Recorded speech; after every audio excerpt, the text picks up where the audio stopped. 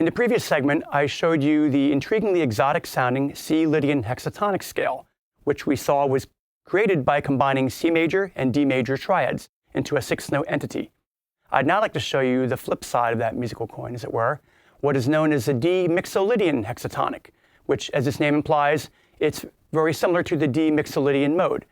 And both scales, like I said, they contain the same notes, and it's very useful for soloing over a chord vamp progression that goes back and forth between C and D, like you're jamming on, back and forth like that. So let me show you how it works.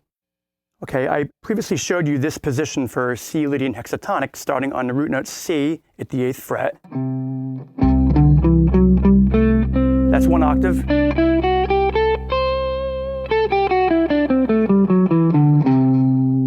D Mixolydian hexatonic takes that same path, uses those very same notes, but we're going to start on D, the 10th fret. And then go up to D. So while C Lydian hexatonic gives you a root, second, the third, the sharp 4, 5, right? That's the calling card of the Lydian mode, right? And it goes from the 6th up to the root. Notice there's a gap there, a 3-fret gap. That makes it pentatonic-like. D Mixolydian hexatonic, we're going to start here, and it's going to give you the root, the 2nd or 9th, 3rd, 4th, 5th, and then the dominant 7th, the flat 7th. So you still have that gap here between A and C. So it's kind of like D minor pentatonic.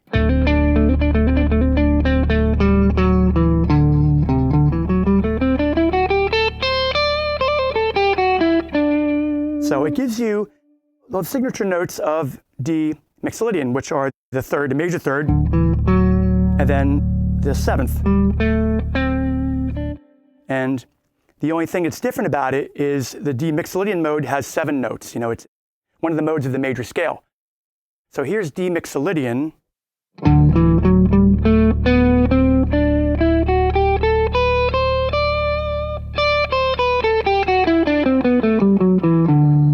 We have that B note in there, which is the 6th. 1, 2, 3, 4, 5, 6, and the flat 7. 1, 2, 3, 4, 5, 6, flat 7, 1. D Mixolydian hexatonic leaves that note out. And as I've mentioned with other hexatonic scales, they have that nice 6-note structure, which is an even number of notes, right? It's great for playing 16th notes. It's great for playing sextuplets, which are 6s, or pairs of triplets, 3 plus 3. So it gives you more phrasing varieties. Now, what's interesting also about D Mixolydian hexatonic is it's very similar to the D major hexatonic scale that we looked at previously. D major hexatonic has that B note, the 6, but it doesn't have the flat 7, the C. So D major hexatonic was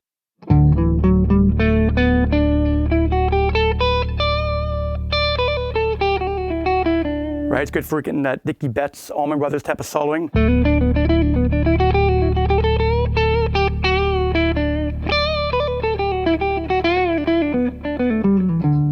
D Mixolydian hexatonic, we're going to substitute C for B.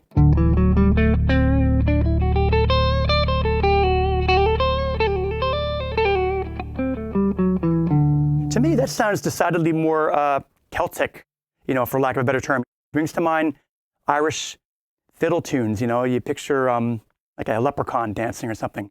And speaking of which, here's a sprightly little Irish fiddle-style melody in 6/8 meter, which is based on alternating D and C major triads, because that's what the D Mixolydian hexatonic is based on, right? We got.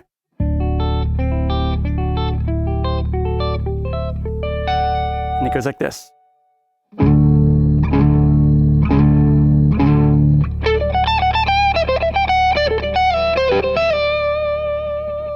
Right, that definitely sounds traditional Irish folk music, So if you want to get that sound, just use D Mixolydian hexatonic, right? It's just or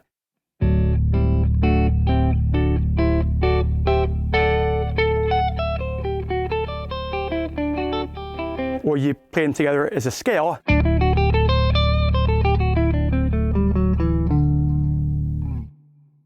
Now here's a neat thing you can do. is a run I'm going to play on the top 3 strings, kind of a slippery legato thing, and I'm going to alternate between C Lydian hexatonic and D Mixolydian hexatonic, and I'm going to use finger slides to play like ascending, what I call inversions. Usually you think of chord inversions, right, or arpeggio inversions, but I'm going to start with C Lydian hexatonic here. I'll play it slow first.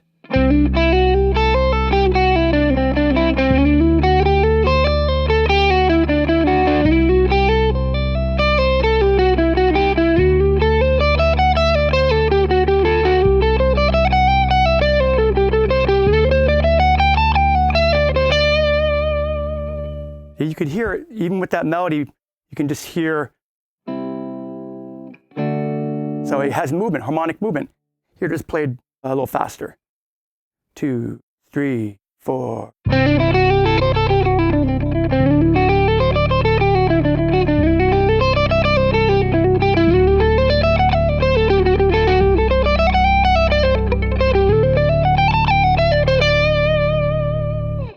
Okay, so I'm starting in 5th position here. I'm using some hammer-ons and pull-offs, make it nice and smooth, legato. And that's the finger slide. Transports me up to 7th position for D Mixolydian hexatonic.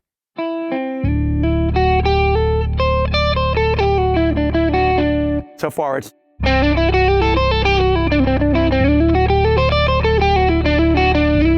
And then I go up to this note. So I'm basically walking up. And that's the E note. I'm starting on the 3rd of C Lydian hexatonic. So that's going to agree nicely with the root note, right? So there I'm going to go. That's a multiple double hammer-on pull-off, right? And then that slides into the 3rd of D, F sharp. So you're getting a real harmonious, melodious sound there with the melody.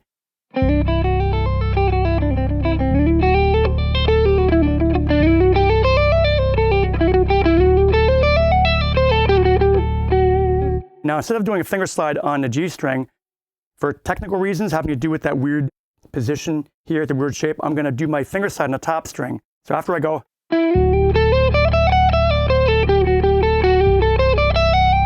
see, that's where I shifted up. Now I'm in 12th position. I just hammered on to G. Instead of sliding up to G and then trying to, it's just a weird stretch, trust me, this is better. And then I slide from G to A, which brings me to, again, to D Mixolydian hexatonic. So now last shape.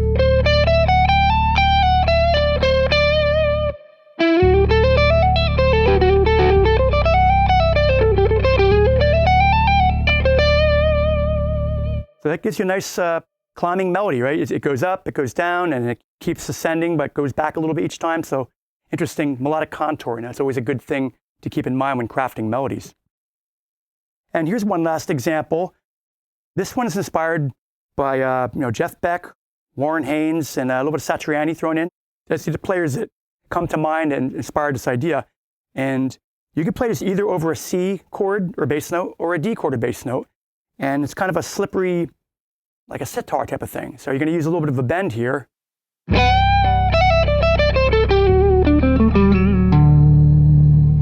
So it ends on D, or you could end it on C, right? If you want to keep the chord on C. Again, here it is. 3, 4.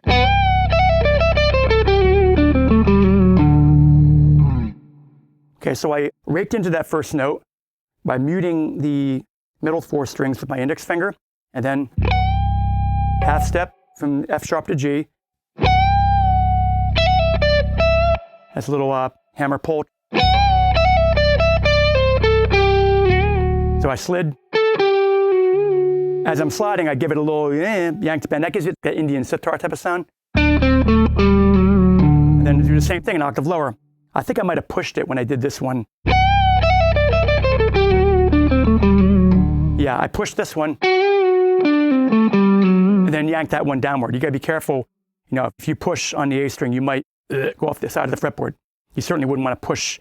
Obviously, you couldn't push a bend on the low E string, right? Same way you couldn't pull a bend on the high E string. So technically going either way on the middle strings.